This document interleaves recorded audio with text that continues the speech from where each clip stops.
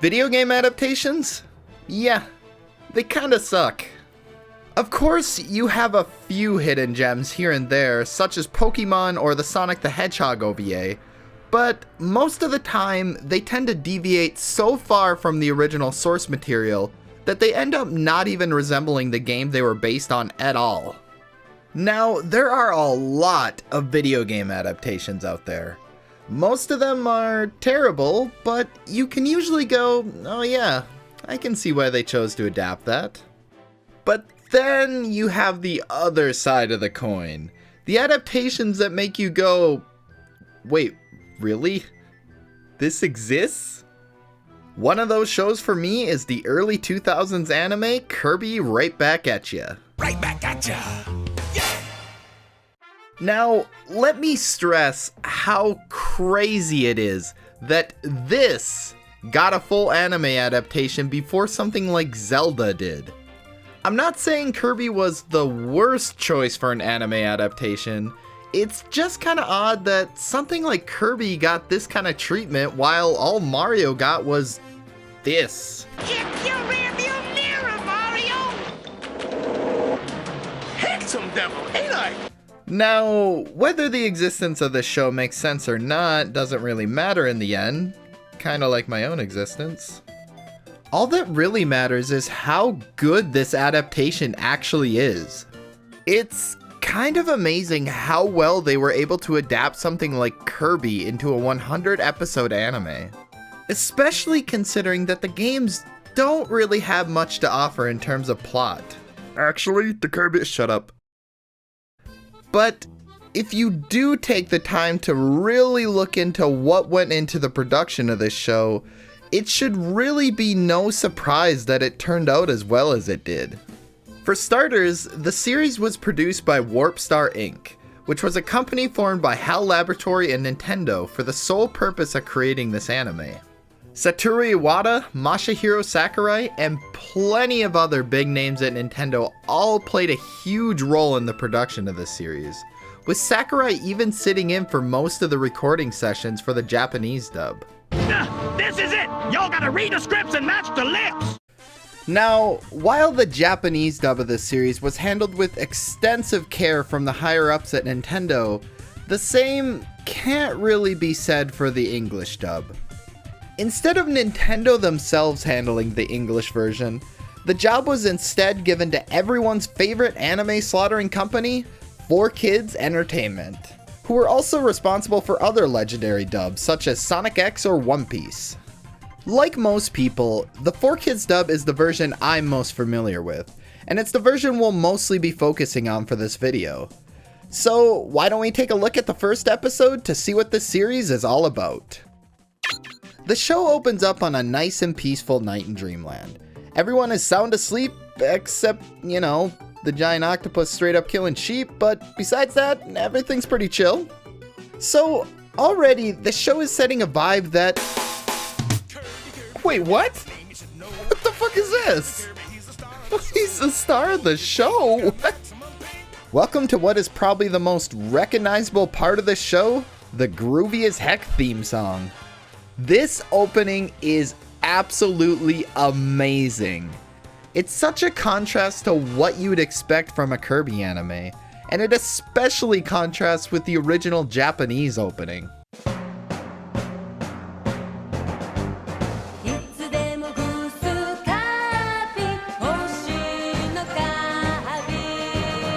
It's also here that we get introduced to the best part of the show, King Dee'S voice. I need a monster to claw with that there Kirby! I love this theme so much. Enough about the theme though, we're here for Kirby, who is apparently the star of the show. So where is the little pink puffball? Well, we actually learned pretty quickly that despite being heavily overlooked by HAL and Nintendo, this series actually deviates a lot from the original Kirby lore. What, you didn't know Kirby had lore? Better read up, champ, it's actually a pretty good read.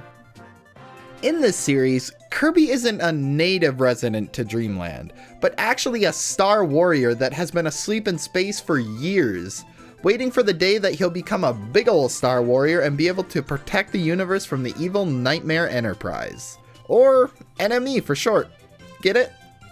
Back on planet Popstar, we're introduced to our main cast, who all live in a small village called Cappytown, which is ruled by everyone's favorite penguin with a southern accent, King Dedede.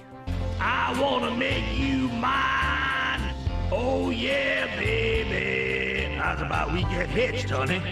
So, one of Sakurai's rules that he put into place when the series was in production was that Kirby must never speak.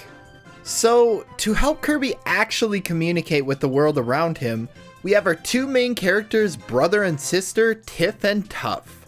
You either love or hate these characters. They definitely serve their purpose in the story, but I wouldn't exactly call their personalities likable.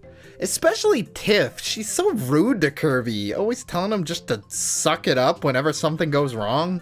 Kirby, quick! Suck it up! We soon learn that King Dedede has called a monster to terrorize Dreamland because he wants to destroy his own kingdom? Honestly, I have no idea what his plan was in this first episode. Pretty sure he just wants to watch the world burn. So, the residents of Dreamland go ask Olmec from Legend of the Hidden Temple for help, and he basically tells them they're fucked. But there is one hope. A Star Warrior traveling through space whose name is Kirby. Yay, Kirby! Daddy's cute. Goddamn right he's cute.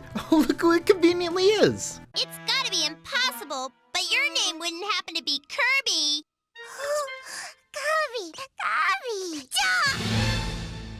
That's Kirby? The Star Warrior? It's so pink! So, turns out Kirby isn't the big ol' Star Warrior everyone thought he'd be. But looks can be deceiving, so let's give this little guy a chance. Maybe get to know him over a nice dinner. Then let's dig in, shall we?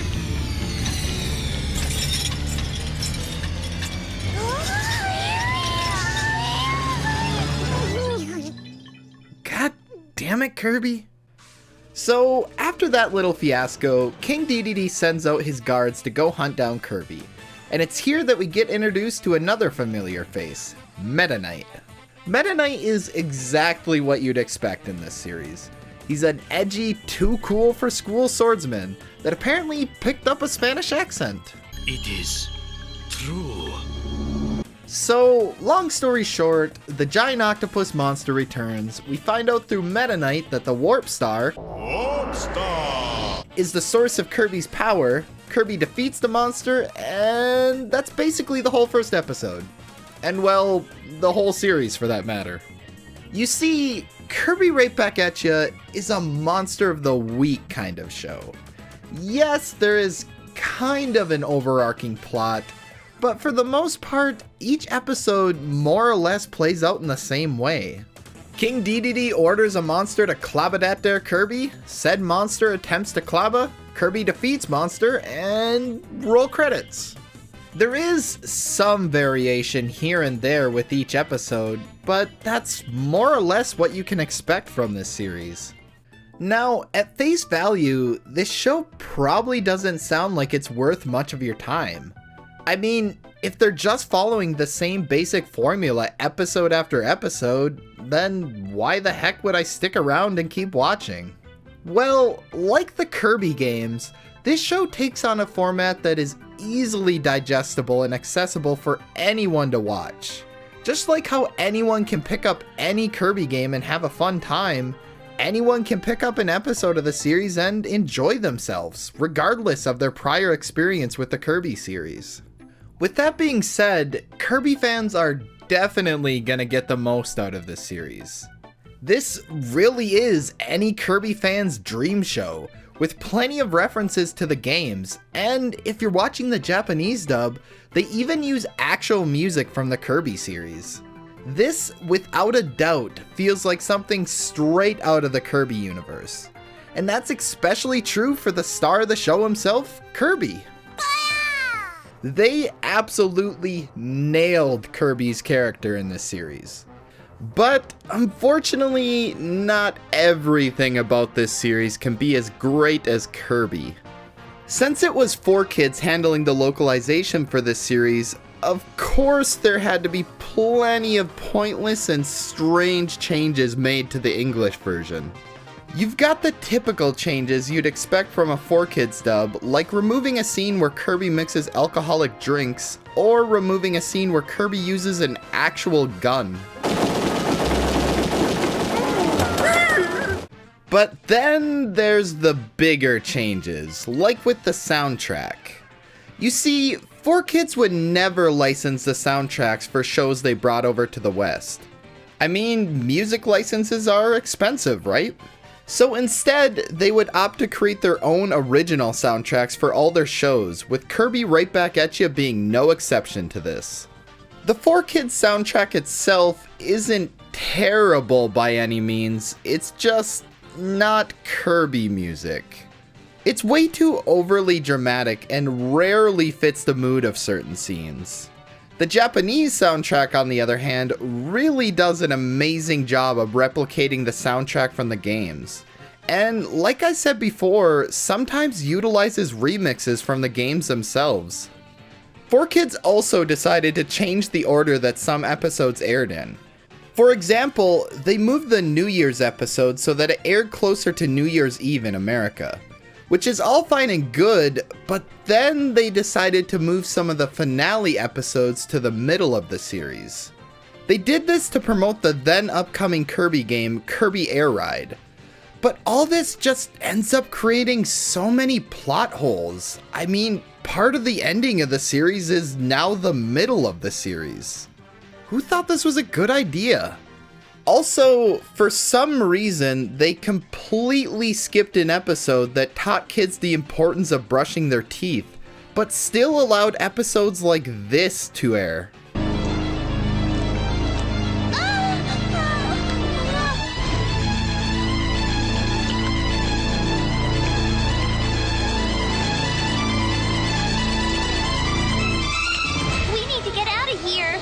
Now, regardless of all the changes 4Kids made to Kirby Right Back at Ya, the series actually had a very decent run and was fairly popular at the time.